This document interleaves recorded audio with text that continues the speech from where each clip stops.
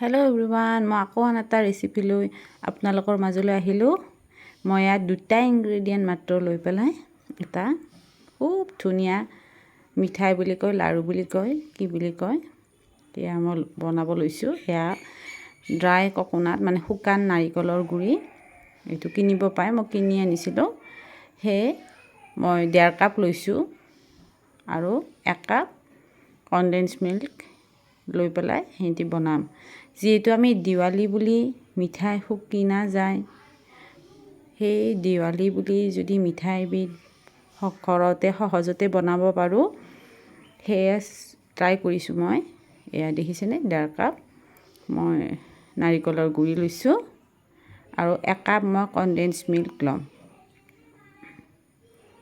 আপোনালোকে কিনি পেলাই দিয়াতকৈ এই ধৰণে বনাই খাই চাবচোন, খুব ধুনীয়া হয় আৰু খুব সহজতে, মানে বেছি সময়ো নালাগে বনাওঁতে। বনাই পেলাই আলহী ঘৰতো দিব পাৰি, নিজেও খাব পাৰি। এইখিনি মই মিহলাই ল'লোঁ। এতিয়া প্ৰথমতে চুলাটো মানে মই অন কৰা নাই গেছৰ। এতিয়া মই ভালদৰে আগতে মিহলাই ল'ম, তাৰপিছত মই এতিয়া চুলাটো অন কৰি দিম। মই চুলাটো অন কৰি ল'লোঁ এইবাৰ, লৈ মই ভালদৰে লাৰি ল'ম। মই যিহেতু বেছি মানে ভাজিব মানে নালাগে আৰু লাগি যাব, কনডেন্স মিল্ক আছে যিহেতু, ধুনীয়াকৈ মিহল হোৱালৈকে অকণমান গৰম হ'ব দিব আৰু বগা হৈ থাকিব দিব। ড্ৰাই ককোনাটত যিহেতু একদমেই পানী বা শুকান যিহেতু একদম, সেইকাৰণে ইয়াত মানে একদম বেছি সময় নালাগে কনডেন্স মিল্কৰ লগত, আৰু খুব টাইট হয়।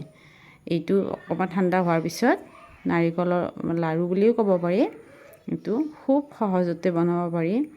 আপুনি এপাছ চালে মানে একদম লাড়ু বনাব নোৱাৰা মানুহেও বনাব পাৰিব। মিঠাই বুলিয়ে কৈছোঁ মই, দিৱালী হওক বা এনেই পূজাত হওক বা এনে যিকোনো ক্ষেত্ৰতে আপোনালোকে এই ধৰণে বনাব পাৰিব। মই দেখিছেনে, এই ধৰণে পূৰা মিক্স কৰি লৈছোঁ। এইখিনি পূৰা চাৰিওফালে লাগিব, মানে যদি 2 কাপো নাৰিকল হয় তেতিয়াও হ'ব। মোৰ মানে অকণমান বেছিয়ে হৈছে কনডেন্স মিল্কটো। আপোনালোকে অকণমান সৰহকৈ নাৰিকল দিব পাৰিব, একো প্ৰব্লেম নহয়। মানে মই আগতে বনাইছিলোঁ, তেতিয়া মই কনডেন্স মিল্কটো মানে ঠিকেই আছিলে, মানে 2 কাপ দিছিলোঁ। এইবাৰ ভাবিলোঁ যে মই এনেকৈ এইটোও বেয়া হোৱা নাই, টাইটেই হৈছে আৰু খুব সোৱাদৰ হৈছে।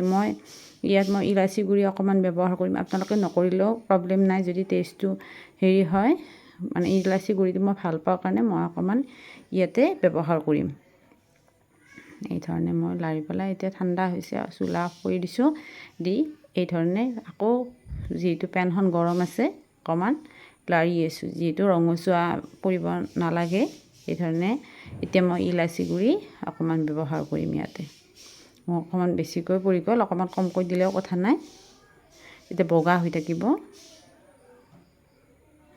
এইখিনি মই দিছোঁ, দি মই ভালদৰে মিহলাই লৈছোঁ আকৌ। এতিয়া মোৰ একদমেই ৰেডি হৈ গ'ল। এতিয়া মই লাড়ুকেইটা বনাবৰ কাৰণে ইয়াত থৈ দিছোঁ।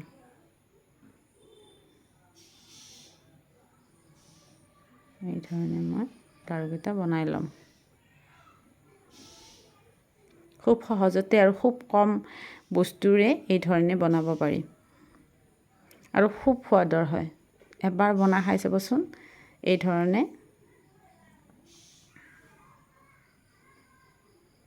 মই এয়া মিঠাই পেপাৰত দি লৈছোঁ।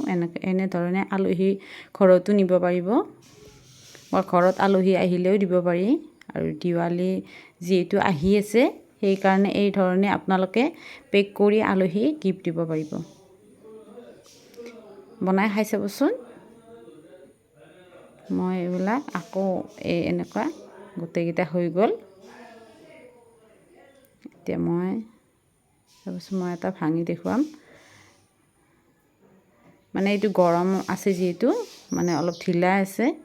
এয়া দেখিছেনে কি ধুনীয়া, মানে খুব ৰসাল হৈছে আৰু ঠাণ্ডা হোৱাৰ পিছত একদম ধুনীয়া সোৱাদৰ হৈছে।